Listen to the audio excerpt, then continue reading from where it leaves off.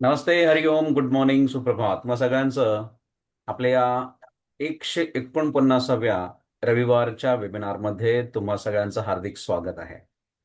मागच्या जवळपास 3-4 वर्षापासून हा जो रविवारचा वेबिनार आहे तो अव्याहतपणे चालू आहे तुमच्या या चांगल्या अशा प्रतिसादामुळे.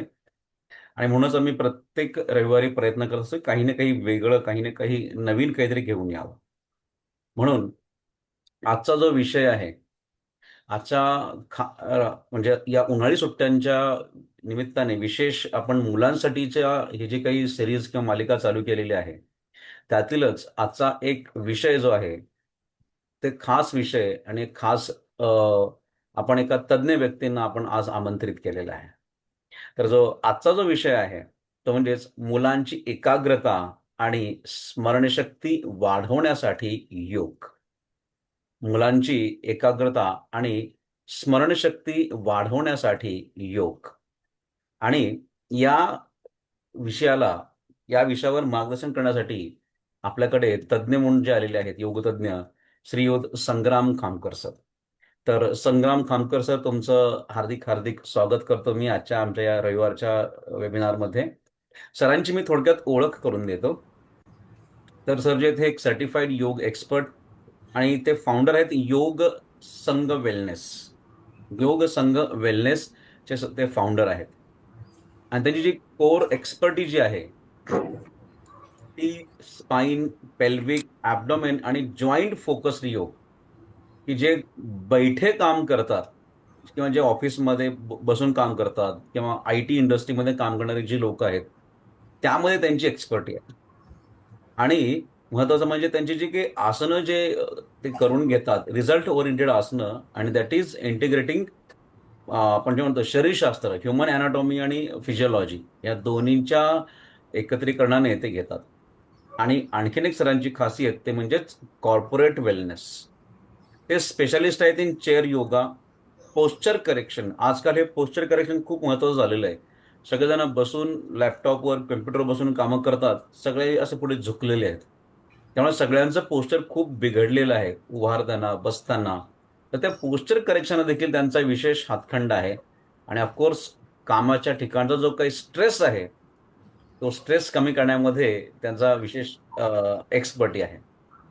आणि त्यांचा जर आतापर्यंतचा जर टोटल अनुभव बघितला तर कॉर्पोरेट वेलनेसमध्ये जवळपास 4 वर्षाचा एक्सपिरियन्स आहे. आणि योग क्षेत्रामध्ये ॲज अ इन्स्ट्रक्टर किंवा ॲज अ टीचर म्हणून त्यांनी 18 वर्षापेक्षाही जास्त त्यांनी यामध्ये काम केलेलं आहे. आणि ते स्वतः वेलनेस कन्सल्टंट म्हणून काम करतात, स्पेशली फॉर ज्या ठिकाणी हाय प्रेशर वर्क एन्व्हायरमेंट आहे, तर त्या ठिकाणी. आणि ऑफकोर्स मुलांसाठी सुद्धा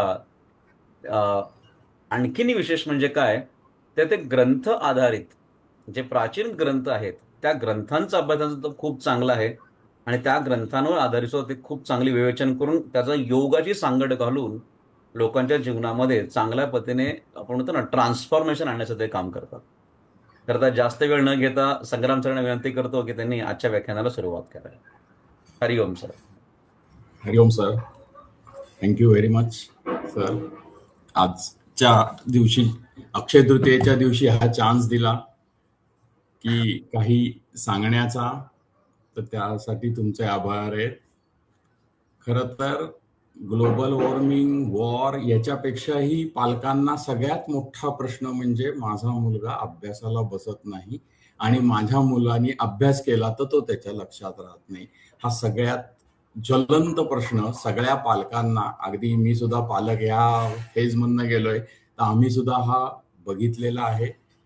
तर त्यासाठी काही टिप्स आज ज्या मॅजिकल टिप्स देणार आहे त्या नक्कीच उपयोगी येतील. पुढच्या 40 मिनिटात त्या सांगतो. थोडं नीट लक्ष देऊन ऐकल्या तर खूप सोप्या टिप्स आहेत. पहिली गोष्ट म्हणजे पुरातन काळी सुद्धा शिक्षण हा प्रकार होता आणि शिक्षण हा श्रुती आणि स्मृती ह्याच्यावर चालत होता. म्हणजे आजच्या पालकांना जो प्रश्न भेडसावतो तोच प्रश्न त्यावेळेच्या गुरुकुलातल्या गुरूंना भेडसावत असेल की मुलांना एका जागी बसवायचं कसं. कारण आत्ताची मुलं आणि त्या काळातल्या मुलांमध्ये काही फरक नसावा. तेही मुलं उलट ते तर झाडाखाली बसून शिक्षण घ्यायचं म्हणजे अनेक डिस्ट्रॅक्शन आहेत, अनेक. आणि आज त्या तासाभरात त्या दिवसाच्या जे काही गुरु सांगायचे ते श्रुती करायचंय आणि स्मृती लक्षात ठेवायचंय. श्रुती म्हणजे त्याच्यासाठी एकाग्रता लागते आणि स्मृती म्हणजे आपलं स्मृती म्हणजे स्मरणशक्ती. ह्या दोघांवर आधारित म्हणूनच भारतीय दर्शन, भारतीय तत्वज्ञान हे मन आणि बुद्धीपासूनच सुरू होतं. जरी आपण गीतेत बघितलं, अर्जुनाच्या गोंधळासाठी, अर्जुनाचं मन शांत करण्यासाठी, अर्जुनाचं मन एकाग्र करण्यासाठीच श्रीकृष्णांनी गीता सांगितलेली आहे. योगसूत्रात पतंजलींनी पहिलंच वाक्य चित्तशुद्धी, चित्तवृत्ती निरोध म्हणजे चित्त शांत कसं करा हे सांगितलेलं आहे. आणि लहान मुलांचं चित्त शांत नसतं, तर त्याच्यासाठीच त्या गीतेतला आधार, योगसूत्राचा आधार आणि लेटेस्ट सायन्सच्या आधारावर आज मी माहिती सांगणार आहे. पहिलं म्हणजे समजून घेण्याचा भाग, हे चक्र कसं असतं. एक आपली इंद्रिय असतात जी सेन्स करतात, त्याला सेन्सर इनपुट्स म्हणतात. ती सेन्स करतात. आपण पुस्तक वाचतोय, मुलं पुस्तक वाचतायत, ते पुस्तक आपण वाचल्यानंतर ते मन, आध्यात्मिक भाषेत मन हे त्याचं सॉर्टिंग करतं, त्याचं मनन करतं मन. आणि ते मन पुढे चित्ताकडे पाठवतं. चित्त ही मेमरी आहे आपली, पूर्व मेमरी. ही आत्ता आलेली माहिती आणि पूर्व माहिती म्हणजे आधीच्या अनुभवातली माहिती ही मिक्स केली जाते आणि एक फाईल तयार केली जाते. आणि मग त्याच्यात काही ऍड करून किंवा नवीन आलेली माहिती जमा करून ती माहिती पुढे ब्रेनला, बुद्धीला दिली जाते. आणि मग बुद्धी याच्यावर निर्णय घेते आणि पुन्हा एकदा बुद्धी सिग्नल कर्मेंद्रियांना देते. हे झालं अध्यात्मातलं चित्तचक्र. सेम हेच चक्र कॉग्निटिव्ह मेकॅनिझम म्हणजे न्यूरोसायन्सच्या थ्रू असं केलं जातं की सेन्सरी इनपुट्स येतात. समजा वाचलेलं आहे, डोळ्यांनी बघितलेलं एखादं दृश्य आहे, ते पुढे अटेन्शन, ज्याला आपण मन म्हणतो, थॅलॅमस हा ब्रेन मधला एक भाग आहे, तो लेटेस्ट गोष्टी ऍब्सॉर्ब करतो, त्याचं सॉर्टिंग करतो आणि ती माहिती तो चेक करतो. कुठली इग्नोर करायची आहे, समजा अभ्यास करताना बाजूला आवाज होतोय, ते इग्नोर करायचं काम आणि आहे त्याच्यावर फोकस करायचं म्हणजे एकाग्र करायचं काम हे थॅलॅमस ब्रेन मधला एक भाग करत असतो. ते थॅलॅमस पुढे, ज्याला आपण अध्यात्मात मन म्हणतो, ते पुढे चित्ताकडे पाठवतं. त्या चित्ताला हिपोकॅम्पस असं म्हणलं जातं. तेही ब्रेन मधलाच भाग आहे. ती मेमरी कार्ड आहे, आपल्या ब्रेन मधली ही मेमरी कार्ड आहे. जुनं सगळं काही डाटा त्याच्यात स्टोअर असतो. मग हा नवीन आलेला डाटा आणि जुना डाटा मिक्स केला जातो आणि त्या मिक्सचर मधनं पुढे ते इनपुट पुन्हा एकदा ब्रेनच्या फ्रंटल कोर्टेक्स नावाच्या भागाला दिलं जातं. हा फ्रंटल कोर्टेक्स निर्णय घेत असतो आणि तो पुन्हा एकदा, म्हणजे थोडक्यात ती बुद्धी, ज्याला आपण अध्यात्मात बुद्धी म्हणतो, ती बुद्धी निर्णय घेते. म्हणजे एखाद्या मुलाने अभ्यासात पुस्तक वाचलेलं आहे, ते पुस्तक मनन करून पुढे चिंतनाकडे पाठवतं. जेव्हा तो मुलगा शांत बसतो तेव्हा ती त्याची चिंतनाची फाईल, ते वाचलेलं पुस्तक हे त्या फाईलमध्ये जमा केलं जातं. पुढे जेव्हा परीक्षेत येतं तेव्हा ह्या हिपोकॅम्पस भागातून म्हणजे चित्ताकडून ब्रेन मागवून घेतं की अरे ह्या प्रश्नाचं उत्तर तुझ्याकडे आहे का. त्या प्रश्नाचं उत्तर तो त्या फाईलमधनं काढून देतो आणि पुन्हा एकदा ती बुद्धी, तो भाग, हे हिपोकॅम्पस फ्रंटल कोर्टेक्सला पाठवतो आणि तो मुलगा ते उत्तर लिहितो. म्हणजे ही चेन आहे. आता जसं आपण एकाग्रता, तर एकाग्रता ही मनाची लागते का, तर पहिला इनिशियल डाटा कलेक्शन येतो. म्हणून मन शांत असणे खूप जरुरीचं आहे. पुढचा भाग येतो की मनाने गोळा केलेला डाटा तो स्टोअर केला पाहिजे. जेव्हा वेळ येईल तेव्हा त्याचा वापर करता आला पाहिजे. ते झालं चित्त. हे चित्त सुद्धा शांत असलं पाहिजे. चित्ताला शांत आणि सर्व काही तत्वज्ञान, सर्व काही भारतीय दर्शन हे चित्त शांतीसाठीच आहे. आणि पुढे ज्याचं चित्त शांत, श्रीकृष्ण म्हणतात त्याची स्थिर बुद्धी. तो स्थिर बुद्धी समजला जातो, कारण स्थिर बुद्धी म्हणजे विवेक, आणि विवेक म्हणजे निर्णय घेण्याची ताकद. निर्णय हा असा असतो की चांगलं आणि वाईट, किंवा दोन चांगल्यामधला एक चांगलं निवडणे, वाईट चांगल्यामधला चांगलं निवडणे, ह्याला जे बुद्धी सॉर्टिंग करून निर्णय घेते त्याला विवेक असं म्हणलं जातं. आणि विवेकाला अध्यात्मात उदाहरण म्हणून राजहंसाचं दिलं जातं. राजहंस असा समजलं जातं की राजहंस दूध पिताना तो दूध वेगळं करतो आणि त्यातलं पाणी वेगळं करतो आणि फक्त दुधातलं दूधच पितो. तो झाला विवेक. त्यामुळे ही चेन, आता मी तुम्हाला हे चित्त चक्र किंवा कॉग्निटिव्ह मेकॅनिझम सांगितलं की हे ह्या प्रकारे आपण जेवढं काही, आणि ही प्रोसेस इतकी फास्ट असते की आपला ब्रेन सुपर कॉम्प्युटर असल्यामुळे तो फटाफट ह्या गोष्टीचं हे करत असतो.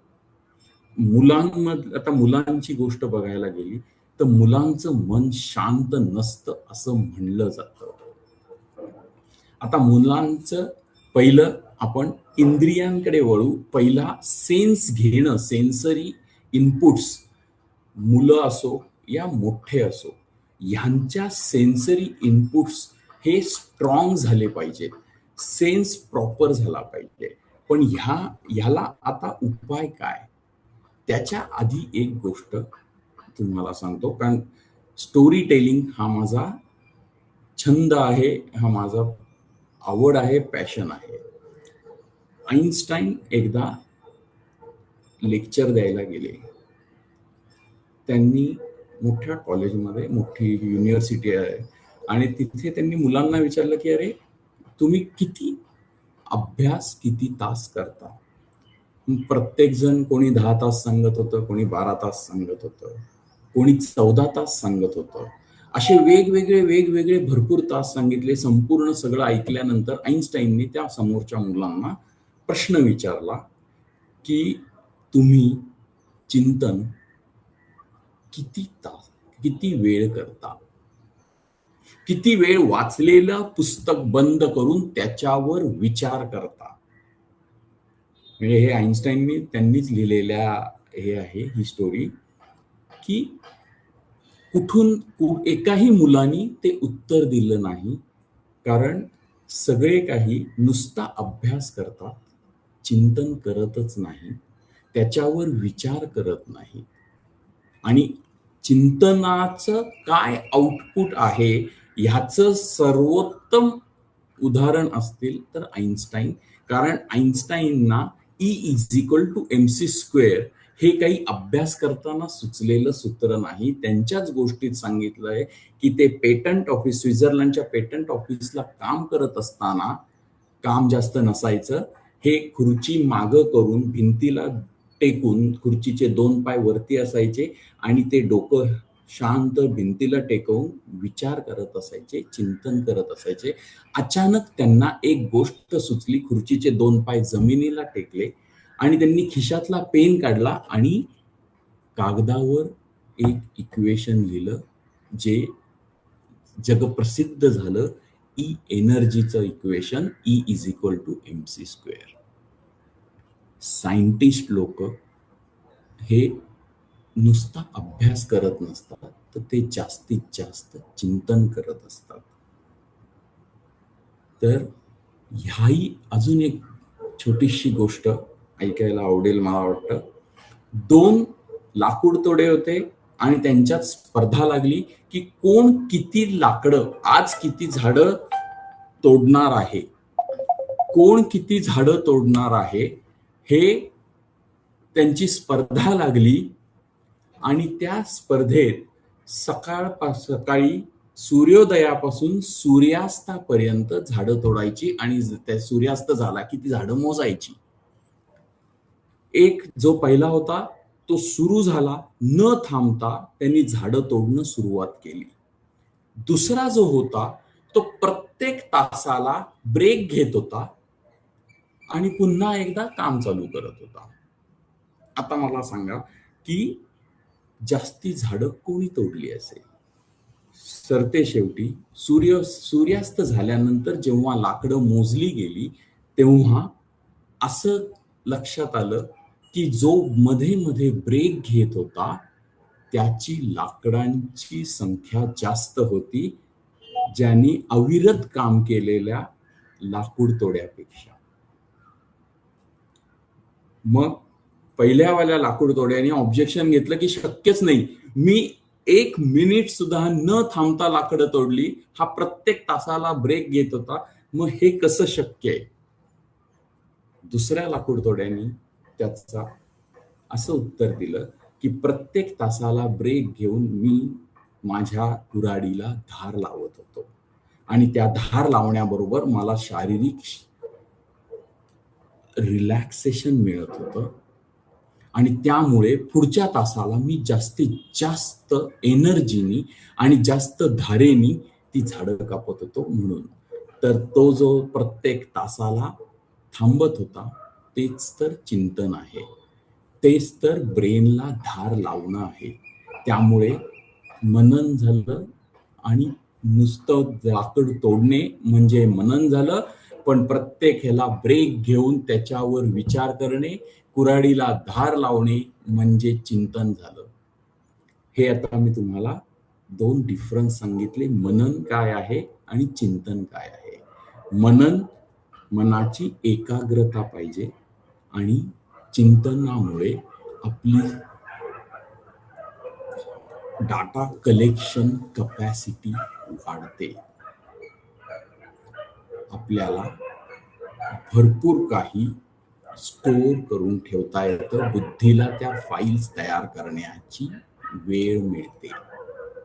म्हणून नुसतं मनन, नुसता अभ्यास करणं, नुसतं वाचन करणं जितकं महत्वाचं आहे तितकं चिंतन, स्मृती वाढवणं हे अति गरजेचं आहे.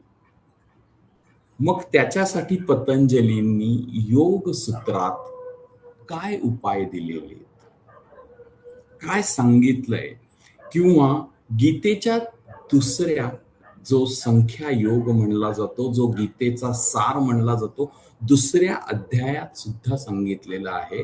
श्रीकृष्णांनी गीतेत ह्याच्यावर भर दिलेला आहे की चित्त कसं शांत करायचं. तर आता आपण ह्याचे उपाय म्हणजे जे आजच्या लेक्चरचे महत्वाचा टप्पा आहे की हे झाली सिस्टीम. आता ह्या सिस्टीमला प्रत्येक सिस्टीमवर काम कसं करायचंय.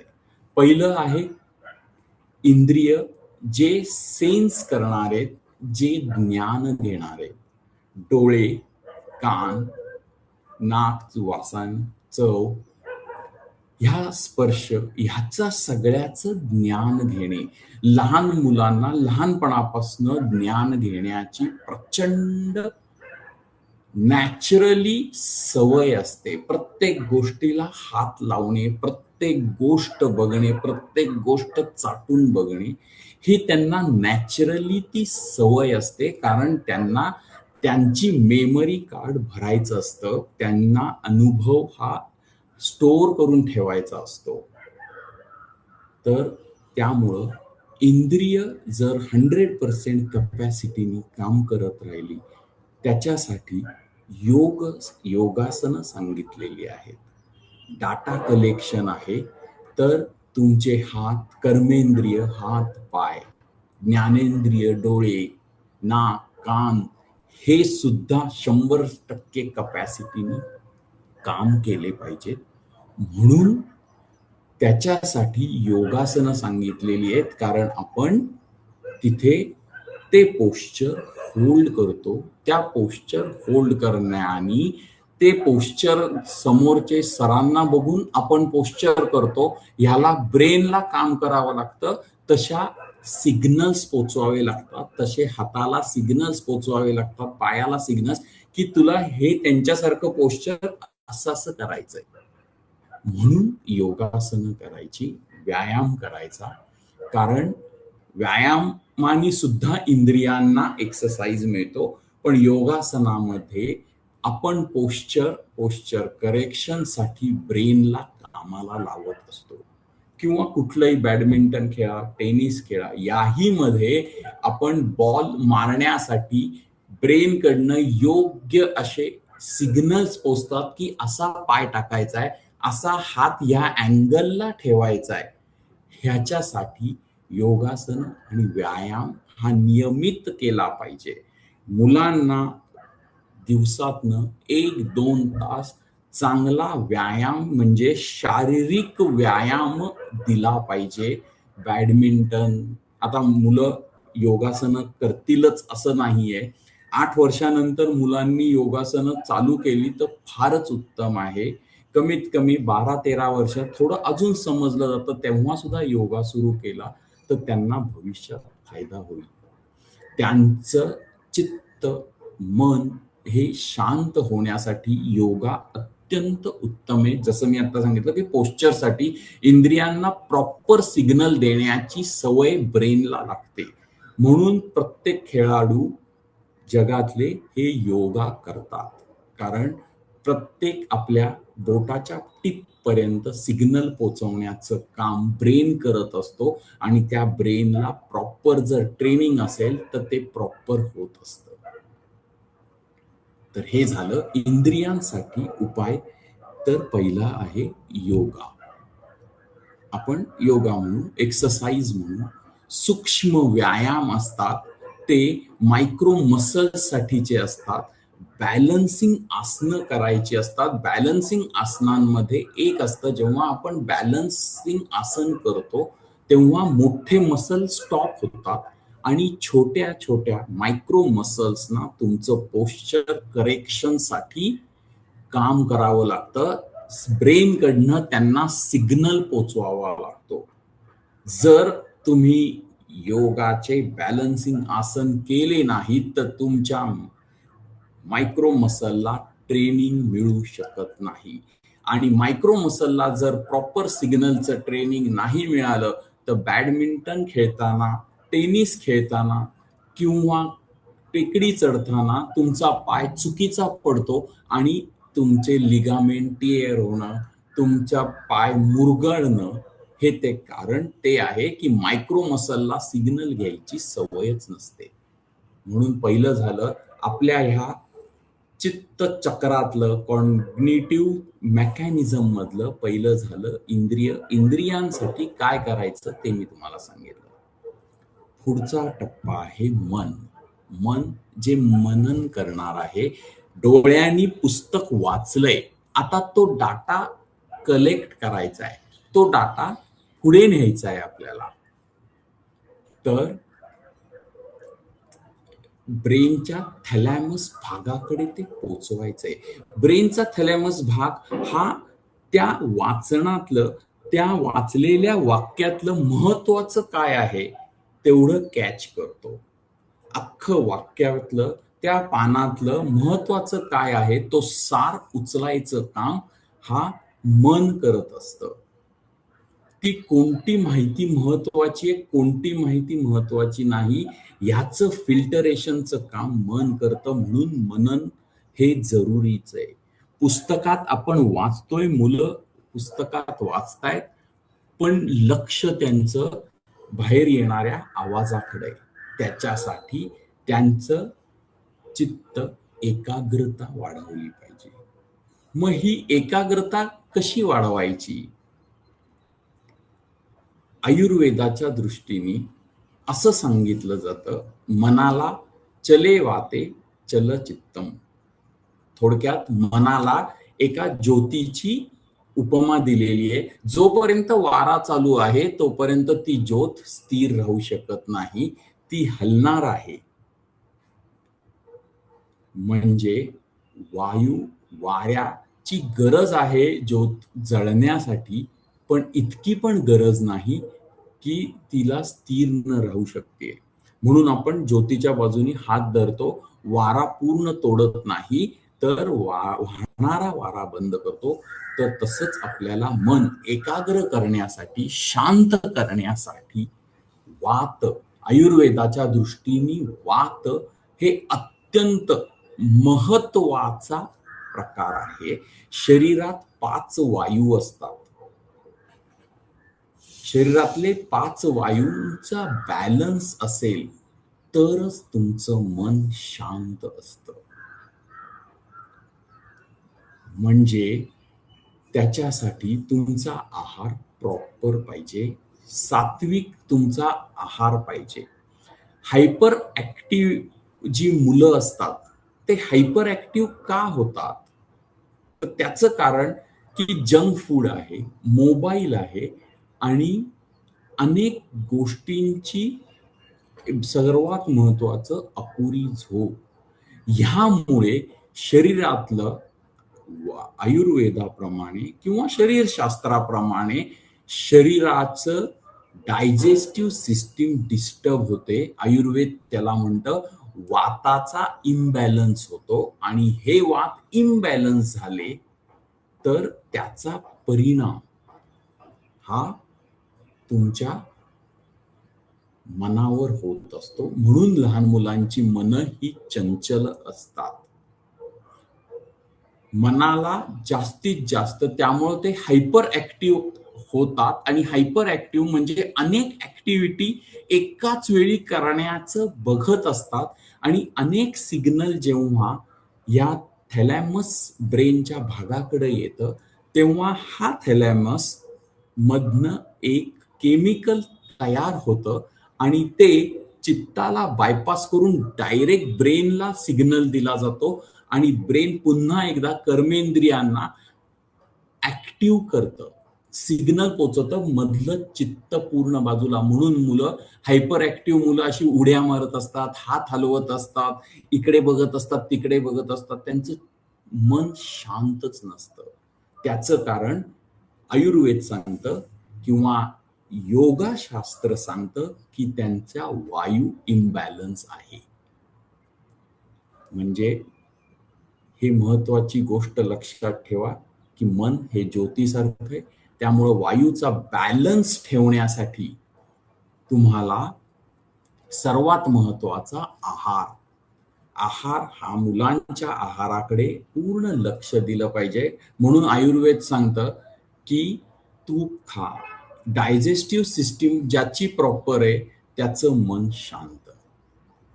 म्हणजे मनासाठी, मनाची एकाग्रता वाढवण्यासाठी पहिला आहार सर्वात जरुरी आहे, तो आहार करणे. दुसरं अभ्यंग, आयुर्वेदाप्रमाणे अभ्यंग, योगशास्त्राप्रमाणे अभ्यंग मॉलिश करून. म्हणून लहान मुलांना अंघोळ घालून अंघोळ घातल्यानंतर मुलं झोपतात. त्याचं कारण त्यांचं मन शांत होतं. मन जेव्हा शांत होतं तेव्हा झोप लागते. हे झालं आहाराचं आणि झोपेचं. त्याच्याबरोबर योगामध्ये प्राणायाम सांगितलेला आहे, कारण मनाचा संबंध वायूशी आहे, प्राण वायूशी आहे. त्यामुळे मन शांत करायचं असेल तर अनुलोम विलोम ह्यासारखी प्राणायाम, दीर्घ श्वसन यासारखी प्राणायाम, कारण मन हे इमोशन्स तयार करतं आणि जेव्हा जेव्हा आपले इमोशन्स मध्ये फरक पडतो, जेव्हा जेव्हा आपण इमोशनल होतो तेव्हा आपला श्वासोच्छ्वासावर अत्यंत परिणाम होत असतो. म्हणून मन जर शांत करायचं असेल तर त्याच्यासाठी प्राणायाम सांगितलेला आहे. म्हणजे या चित्तचक्रातलं पहिलं सांगितलं इंद्रियांसाठी योगासन व्यायाम, दुसरं सांगितलं मनासाठी प्राणायाम. आता लहान मुलांना प्राणायामाला बसवणं इम्पॉसिबल आहे, अत्यंत अवघड आहे. जी मुलं बसतील त्यांचं तर फारच छान आहे, पण मग त्यांचा प्राणायाम, त्यांचा वायू कंट्रोल, मग स्विमिंग करा, रनिंग करा. जिथे श्वासाचा गती वाढते, कमी होते, असे काही व्यायाम केल्याने त्यांचा प्राणायाम होऊ शकतो. तर त्याच्यासाठी जर हे केलं म्हणजे प्राणायाम किंवा स्विमिंग, सायकलिंग, ज्याच्याने रनिंग, तर हे त्यांच्या मनाला शांत करतील. जर मन शांत झालं तर एकाग्रता वाढते. त्याबरोबरच जर शक्य झालं तर भ्रामरी प्राणायाम, जे पूर्ण व्हायब्रेशन, भ्रामरी प्राणायाम सुद्धा मन शांत करण्यासाठी सांगितलेलं आहे. हे झालं इंद्रिय, मन. याच्याने नक्की आणि नक्कीच एकाग्रता वाढवण्यासाठी आहार आणि प्राणायाम हे जरुरीचं आहे. मुलांना आहारावर लक्ष मुलांच्या दिलंच पाहिजे. पुढचा आला चित्त, जो आपला मेमरी कार्ड आहे. अत्यंत महत्वाचं, कारण त्या चित्तातनं येणारी उत्तरं परीक्षेत उतरवायची आहे. एक महिन्यापूर्वी केलेला अभ्यास 1 महिन्यानी आपल्याला पेपरमध्ये उतरवायचा आहे. त्यामुळं चित्त, स्मरण शक्ती, ज्या चित्तात स्मरण ठेवलं जातं त्याची शक्ती वाढवण्यासाठी काय करायचं सांगतो. सायन्स वाटे ब्रेनचा हिप्पोकॅम्पस हा जो भाग आहे, हा सी हॉर्स सारखा दिसणारा ब्रेन मधला भाग आहे. हा मेमरी कार्ड आहे. याच्यात सगळा डाटा स्टोअर केला जातो. Long term memory, short term memory, ती ही इथेच स्टोअर केली जाते, चित्तामध्ये. चित्तासाठी सर्वात महत्वाचं टेन्शन न घेणे. कारण ह्या चेनमध्ये इंद्रिय, मन, चित्त, ब्रेन आणि मग पुन्हा एकदा ब्रेन कडनं सिग्नल कर्मेंद्रियांना, ज्ञानेंद्रियांना. ह्या याच्यात जेव्हा आपल्याला ताण येतो तेव्हा कोर्टिसोल नावाचं केमिकल ब्रेनमध्ये वाढतं आणि आध्यात्मिक भाषेत मन डायरेक्ट ब्रेनलाच सिग्नल देतं. चित्ताला ते बायपास करतं आणि मग बुद्धीला अर्धवट माहितीवर बुद्धी ही निर्णय घेत असते. की वडिलांनी मुलाला रागवलं तर मुलांनी जर शांत ऐकलं आणि ते इन्फॉर्मेशन मनाने चित्ताकडे जर पाठवली की अरे नाही, माझे वडील आहेत, उलट बोलायचं नाहीये आपल्याला, तो जो डाटा वापरून हे केलं. पण जर चित्त बायपास झालं तर तो मुलगा डायरेक्ट उलट बोलणार आहे, कारण ब्रेनला अर्धवट माहिती मिळाली आहे. एवढीच माहिती मिळाली आहे की समोरच्यानी रागवलेलं आहे, ते आपले वडील आहेत, आपला मित्र आहे का आपला शत्रू आहे, ह्याची माहितीच ब्रेनकडे पोचली नाही, कारण चित्ताला बायपास केलं गेलेलं आहे. तो मुलगा उलट बोलू शकतो. म्हणजे हे उदाहरण सांगितलं मी की चित्ताला बायपास करण्याचं काय होतं. म्हणून स्मरण शक्ती वाढली पाहिजे, डाटा जास्त कलेक्ट केला पाहिजे. ह्याच्यासाठी योगामध्ये ध्यान, मेडिटेशन, कारण चित्त शांत, जे लाकूड तोड्या प्रत्येक तासाला 10 मिनिटं बसून धार लावत होता, तो चिंतन करत होता असं समजूया. तो चिंतन, ती शांतता, याच्यासाठीच ध्यान सांगितलेलं आहे. तर ते ध्यान केलं पाहिजे. आता लहान मुलांमध्ये ध्यानाला बसवणं अत्यंत अवघड आहे. मेडिटेशन करवणं अत्यंत अवघड आहे. तर मेडिटेशन, थोडक्यात मेडिटेशन म्हणजे वर्तमानात राहणे. मग वर्तमानात कशामुळे राहू शकतात, तर तो मुलगा सायकलिंग करतोय, तो मुलगा रनिंग करतोय, तो ना फ्युचरचा विचार करत ना पास्टचा, तो फक्त फक्त वर्तमानात असतो, हे सुद्धा ध्यानच झालं. त्यामुळे ध्यान चिंतन अत्यंत जरुरीचं आहे. एखादी कला, एखादं चित्र काढणे सुद्धा मेडिटेशन आहे. चित्र काढणे, म्युझिक वाजवणे, गाणं गाणे, कारण त्याच्यात ब्रेन हा वर्तमानात असतो.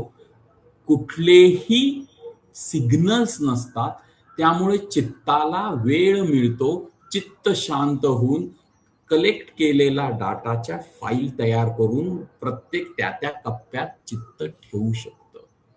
म्हणून चित्त शांत करण्यासाठी ध्यान, मुलांना शांत एका जागी बसवू जर शकत नसेल आपण, तर त्यांना चित्र काढायला द्या, त्यांना पझल्स सोडवायला द्या, त्यांना गाणं गायला लावा, गाणं ऐकायला लावा, एखादं इन्स्ट्रुमेंट शिकायला लावा. त्याच्यानी चित्त शांत होतं. त्याच्यामुळं स्मरण शक्ती वाढते. याही बरोबर चित्ताच्या पुढचं आला बुद्धी. जो बुद्धी आता सिग्नल देणारे, जो बुद्धी निर्णय घेणारे, मिळालेला डाटा, पूर्वीचा डाटा एकत्र झालेला आहे आणि आता ती इन्फॉर्मेशन बुद्धीकडे गेलेली आहे. तर बुद्धीतला न्यूरोसायन्स मधला प्री फ्रंटल कोर्टेक्स नावाचा जो भाग आहे, हा निर्णय घेत असतो. याला आपण अध्यात्मात, गीतेत बुद्धी असं म्हणतो. ही बुद्धी इंद्रियांच्या कर्माची निर्णय घेत असते आणि हाच संख्यायोग गीतेतल्या 2ऱ्या अध्यायात सांगितलेला आहे. पृथक्कीकरण म्हणजे सॉर्टिंग करणं, आलेला माहिती घेऊन त्याच्यावर निर्णय करणे, विवेक जागृत करणे. त्यामुळं बुद्धी अत्यंत महत्वाची आहे, कारण परीक्षेत आपल्याला उत्तर द्यायचंय, निर्णय लिहायचा आहे. हे झालं अभ्यासाच्या दृष्टीने. क्रिकेट खेळताना तो बॉल ह्या अँगल मधनं मारायचा आहे, हाही एक निर्णय. त्याच्यासाठी सुद्धा बुद्धी शार्प पाहिजे. मग बुद्धीसाठी काय सांगितलेलं आहे?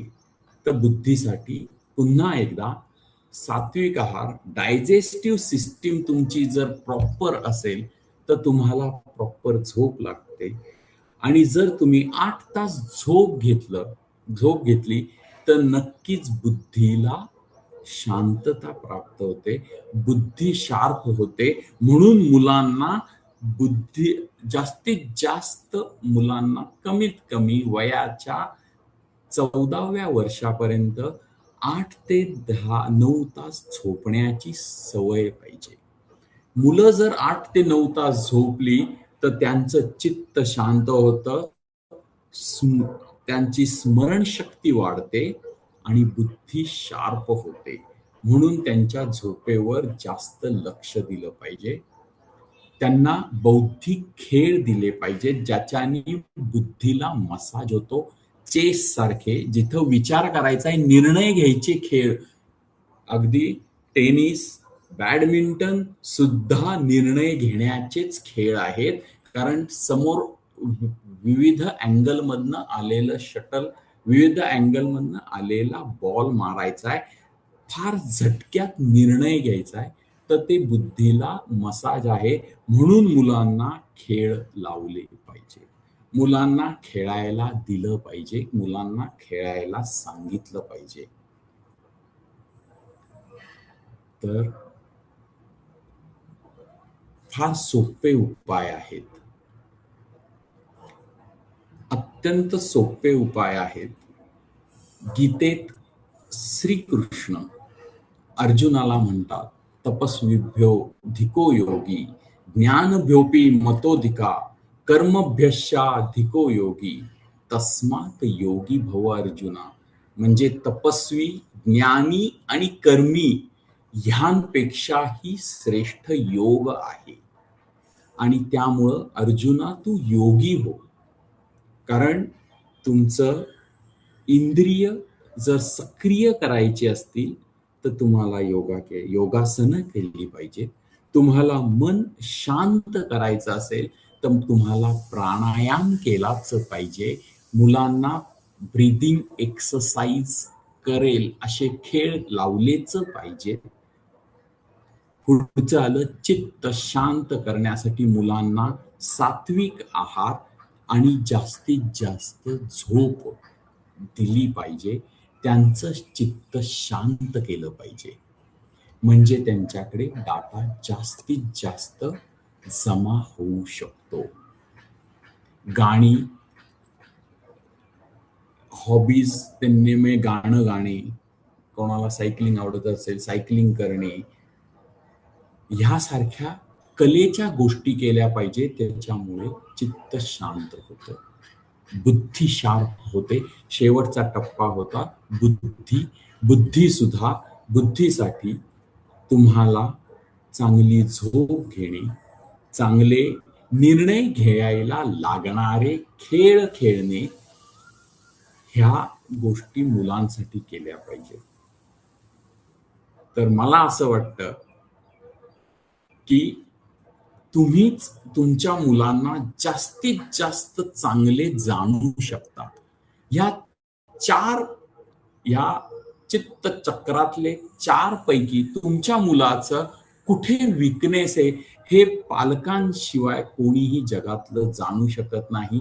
त्याच्यासाठी तुम्ही थोडंफार काम केलं पाहिजे. जर त्याचं मन चंचल असेल तर त्याच्या आहाराकडे वात होणार नाही अशा दृष्टीने त्याचा आहार असला पाहिजे. त्याला ब्रीदिंग एक्सरसाइज सांगितले पाहिजे, त्याला प्राणायाम सांगितलं पाहिजे. अदरवाईज जिथे श्वासाची गती वर खाली होते असे व्यायाम, असे खेळ खेळले पाहिजे. मन शांत आहे, पुस्तक वाचतोय पण डोक्यातच राहत नाहीये, म्हणजे आलं चित्त. डाटा मेमरी कार्ड थोडस वीक आहे. तर मेमरी कार्डवर काम करण्यासाठी पुन्हा एकदा चांगला आहार, भरपूर झोप ही दिली पाहिजे. भरपूर झोप तेव्हाच येते जेव्हा शरीर थकतं. म्हणून चांगले मैदानी खेळ खेळले पाहिजे, चांगलं व्यायाम केला पाहिजे. तर ती चांगली शांत झोप येते. डायजेस्टिव्ह सिस्टीम चांगली असेल आणि मैदानी खेळ खेळलं, शरीराचा व्यायाम केला तर नक्कीच शांत झोप लागेल. आणि कुठलं तरी एक कला जोपासली पाहिजे. खेळ, चित्र काढणे, ओरेगामी करणे, किंवा कशाची आवड आहे, फिरणे, जी आवड आहे ती जोपासणे. ते चित्त आणि लास्ट आहे बुद्धी शार्प करण्यासाठी पुन्हा एकदा झोप घेणे, निर्णय घ्याव्या लागणारे खेळ खेळणे, पझल्स सोडवणे.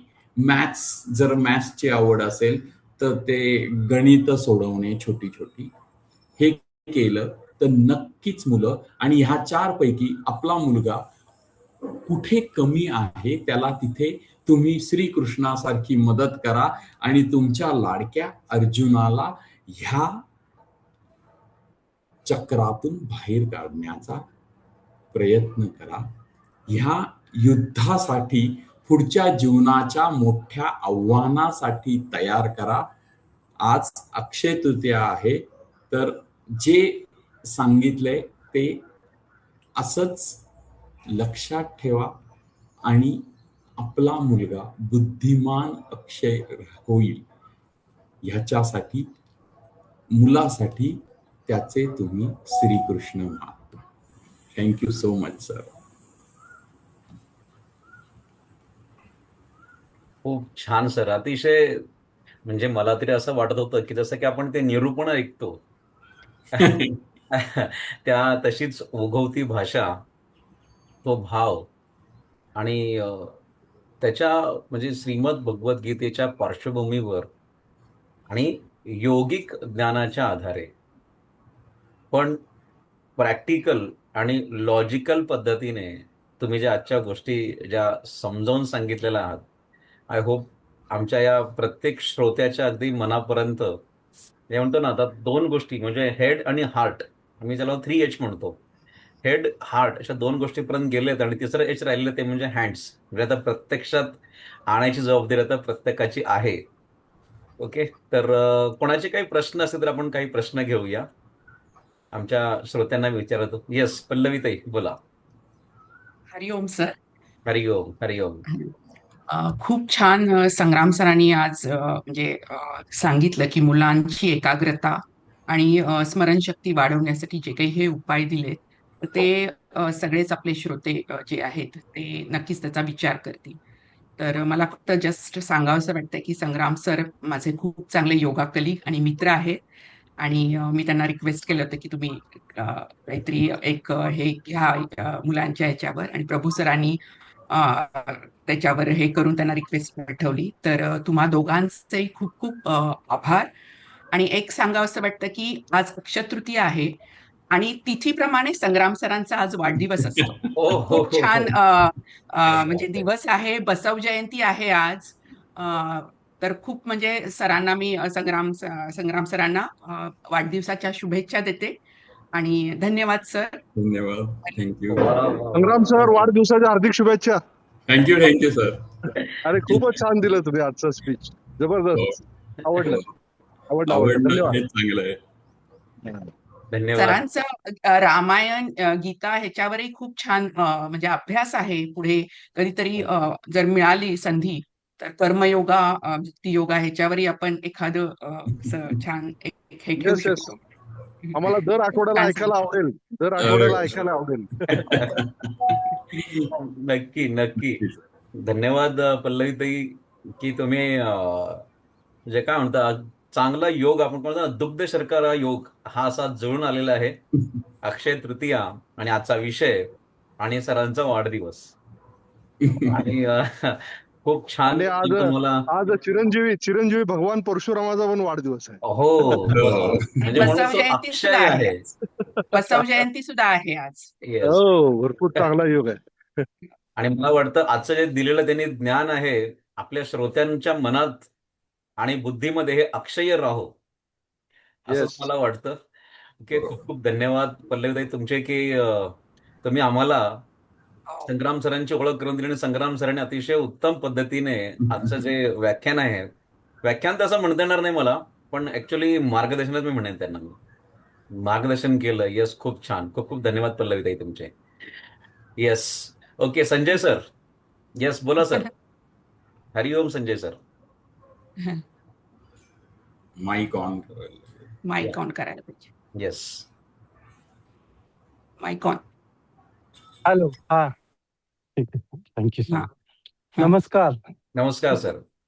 सर. संग्राम म्हणजे आम्ही असं समजतो की आम्ही खूप भाग्यवान आहोत की आमच्या सोसायटीमध्ये ते राहतात आणि आम्हाला असे बरेच प्रसंग येतात ज्यामध्ये त्यांना ऐकायला मिळतं.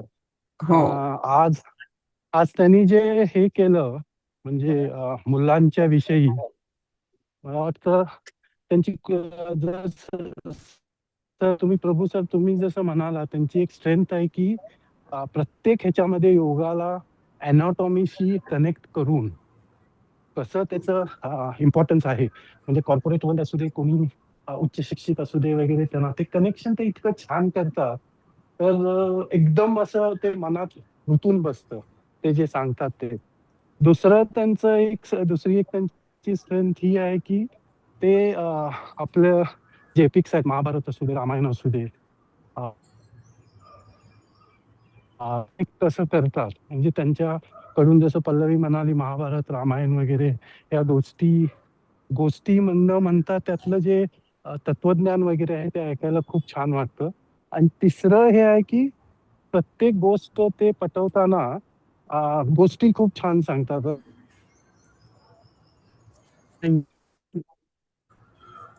हे होत नाही, आवाज येत नाही. जसं ते सांगतात त्या सगळ्या त्या सगळ्यांचं कॉम्बिनेशन खूप छान होतं.